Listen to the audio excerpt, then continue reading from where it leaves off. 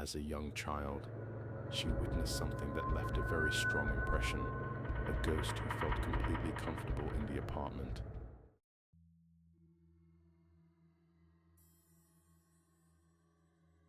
Basically, when I was 7 years old, we lived in this apartment complex called the Oaks Apartment. This apartment complex is located in Temple, Texas. So it's crazy how I remember it. We were living in a two-bedroom apartment, and the apartment number was 602.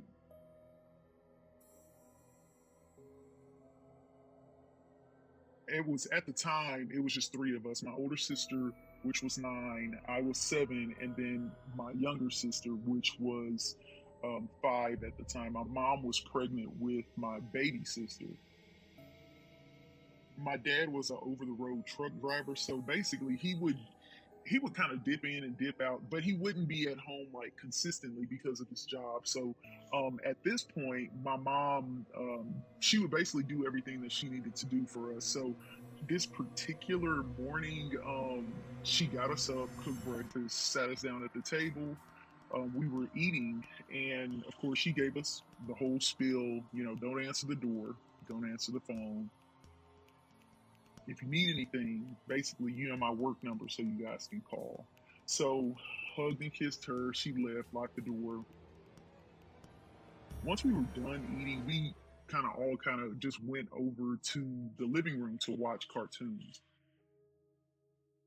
The way this apartment was made, again, it was a two-bedroom, so our room was like on the, I guess, the right side of the apartment. But to get there, um, it was kind of like they in the living room they had like a sectional, and so with this sectional you had to walk around it to get out of the living room. So we were sitting there watching TV maybe about two hours, I guess. And then I told my older sister, hey, I gotta go to the bathroom. So she was like, okay.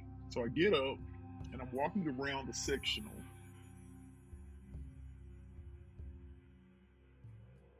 and the way the apartment was made, the second bedroom was kind of tucked in kind of like a little hallway. So our room was to the right and the bathroom was immediately to the left. So it was maybe like a 4 foot 4 or 5 foot hallway. So as I'm walking, I get around the couch and then I get right by the dining room table, which maybe is about, I don't know, 6 feet from the hallway. I didn't hear any doors slam. I didn't hear any lights switch on or off. But a man came out of our room. So at this point, I'm like, who is that? So he's walking out and I see him. So of course I stop and he stops and he's just kind of standing there. Initially he was looking straight forward and then he turns his head and he's looking directly at me.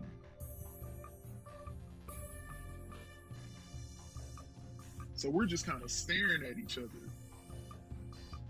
It seemed like I was there for, it seemed like forever. We were just staring at each other.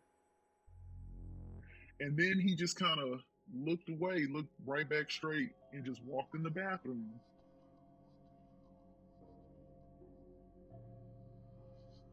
And so my sisters are looking at me. They don't see what I see, but they're looking at me. So, of course, I turn around, walk back around, and sit right back down on the couch. And my older sister was like, why didn't you go to the bathroom? What were you staring at? And I said, it's a man in there.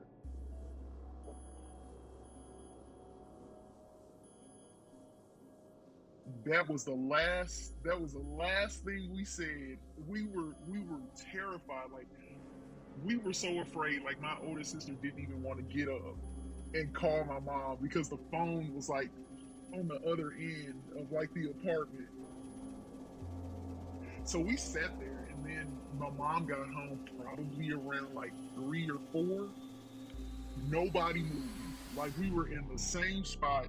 The station that we were watching, we didn't even change the channel. We were just terrified. My mom came in, and of course we get up and we're like, oh my God, you know. And she's like, what's going on? I'm like, I saw a man. He went in the bathroom. So of course my mom is like, she's terrified. So she's like, you know, I'm not going in there. So she called my dad's job and was like, hey, you know, do you guys know about what time he's going to be home? And they were like, yeah, he should be on his way now, which was a coincidence because we hadn't seen him in like in a few days. So we knew he was about to come.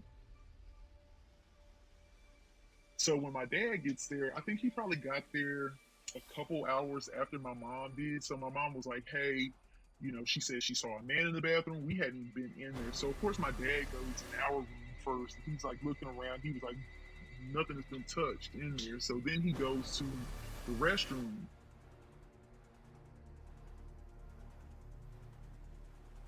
He was like, literally nothing has been touched in here. And so I told him, I was like, I saw a man come in our room and go in the bathroom. And he was like, yeah, nobody's in there. I was like, I don't want to go back in that room.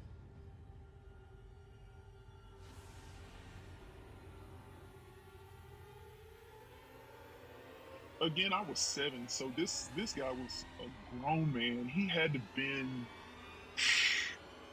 maybe mid 20s, early 30s.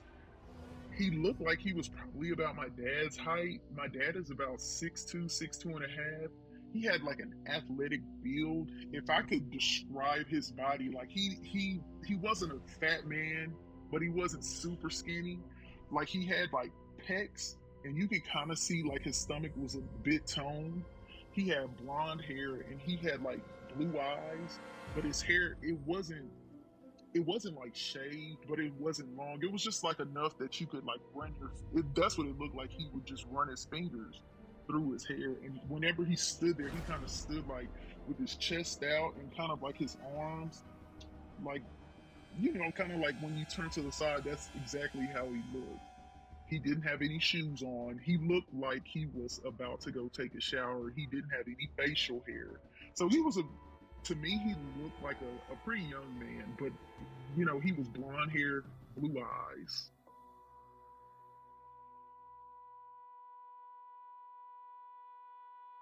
So of course they switched rooms with us,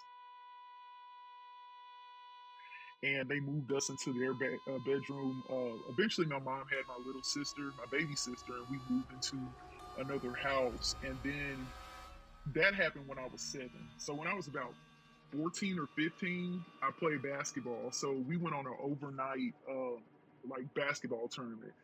We were sitting around just telling ghost stories, just how teenagers do. So we were telling ghost stories, and so I started telling this story to my teammates, and my one of my teammates like stopped me, and she was like,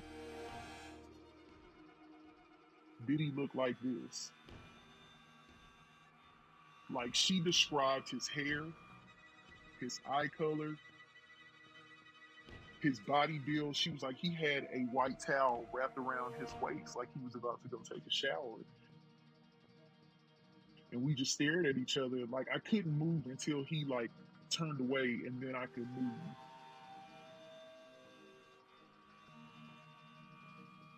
Described his hair, described his body build, his eyes, and she was like, "Yeah, he had a white towel wrapped around his waist."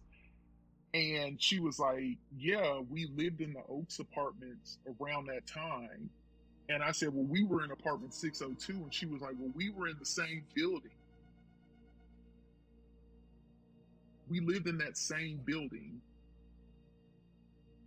But she was like, "I saw the same guy do the same exact thing that he did to you."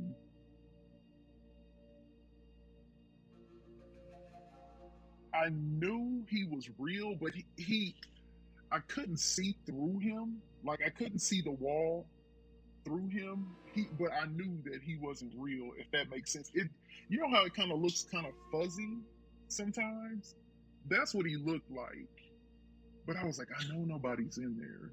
I know no one is in there. And I was like, as I got older, I was like, no, this had to have been something that you were making up. But it's like, even thinking back at 37, I can see this guy.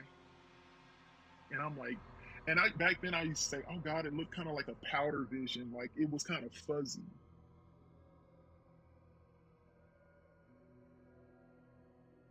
back then that apartment complex may have been 10, 12 years old, maybe older, because they're still standing in my hometown of Temple, Texas. They're still there. Yeah, I mean, it was just a very normal apartment complex, you know? At that time, I didn't know what to think, but my older mind now thinks, man, like this could have been somebody that maybe committed suicide, or maybe uh, he was coming to visit a girlfriend, or something happened to him. But I think whatever happened to him happened in the bathroom. Like if you believe in heaven or hell, you kind of have to believe in angels and demons. Um, yeah, I do believe that ghosts are real. My belief is that when a soul is at unrest, or if they weren't satisfied with how they met their demise, then I feel like they come back to try to make it right. As far as my family members, my sisters uh, and my parents, they said that at one time in their lives that they have seen ghosts or apparitions, or weird things that they can't explain. But they all, I mean, we're all kind of collectively like, yeah, that was definitely, even my dad was like, yeah, I think you saw a ghost.